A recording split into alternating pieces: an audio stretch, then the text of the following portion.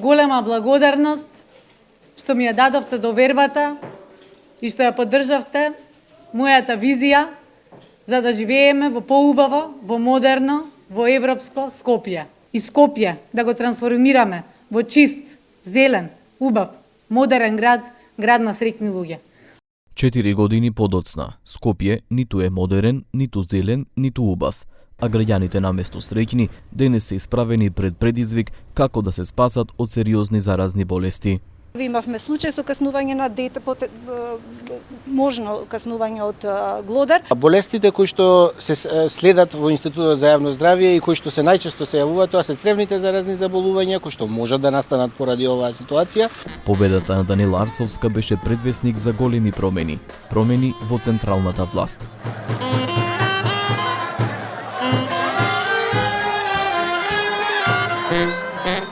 Дајте ми време и бесплатен автобуски превоз ќе има. Вака го започна првиот брифинг со новинари на кој најави дека нема да го поддржи проектот на Петр Шилегов за автобуско метро, за кое што дотогаш беа потрошени 170.000 евра.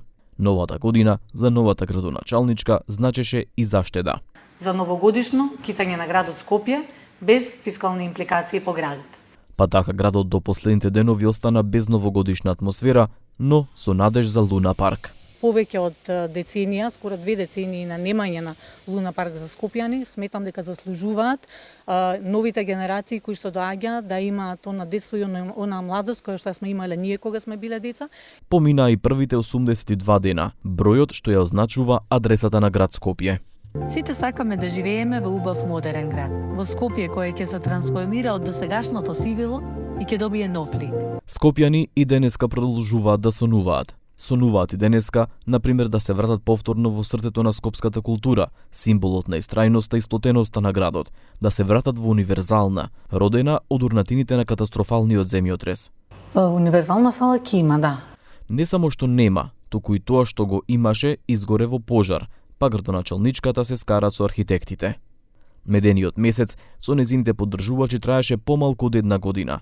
Пукнатината стана јас во есента 2022 година, кога Арсовска јавно го обвини раководството на ВМРО ДПМН за притисоци поврзани со тендерот за прочистителна станица.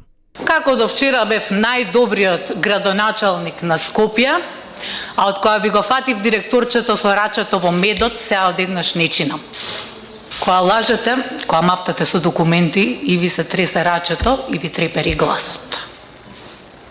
Смалите доживљај. Ова беше почеток на незиното владење без мнозинство во Советот. Во мандатот променетите директори веќе не се бројат, а го промени и својот изглед. Да, полете бар збор, не знам дали одправен. Начално се извинувам, нова фризура, не сте се виделе. Реков, помешав со некој од правен сектор се извинувам. Па добро, и правен сектор не е лошо, зашто? Советот на град Скопје не беше нејзина чиста дестинација. Господине Талат Славевски. Господине Хитлер. Директна последица од политичката војна беше најголемиот транспортен хаос што Скопје го памети. Поради неисплатени долгови, приватните превозници кон крајот на 2022 година со денови го држеа градот блокиран.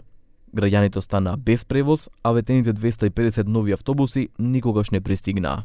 Во последните 2 години од мандатот, Арсовска отвори директен фронт со повеќе градоначалници, но најжестока беше битката со градоначалникот на Чаир, Висар Ганију. Абе, кому реков доаѓам, Џон да го нема. Висар Ганију, абе Вики, кај си бе дечко ти? Кај избега, зошто не причека да дојдам? Конфликтот кулминираше кога Арсовска поднесе кривични пријави, обвинувајќи го Ганију за фалсификување документи за легализација на цели згради. Таа беше и физички нападната во Чаир при контрола на дивоградби, при што го доби и судскиот процес. Од големите ветувања за модерно Скопје, мандатот на Данила Арсовска се претвори во 4-годишна политичка битка. Конфликтите со Советот, со владата и со други градоначалници целосно ги ставија во сенка проектите. Наместо менаџер, Скопје доби политичар во постојан конфликт, а граѓаните останаа заглавени во институционален клинч, чекајќи ги и основните решенија за градот. Утре ќе можеме заедно да се радуваме на новиот ден, на новото утро и, ако можам така да кажам, на новата иднина на градот Скопје. Ви благодарам. Нова иднина која секој едва ја чека.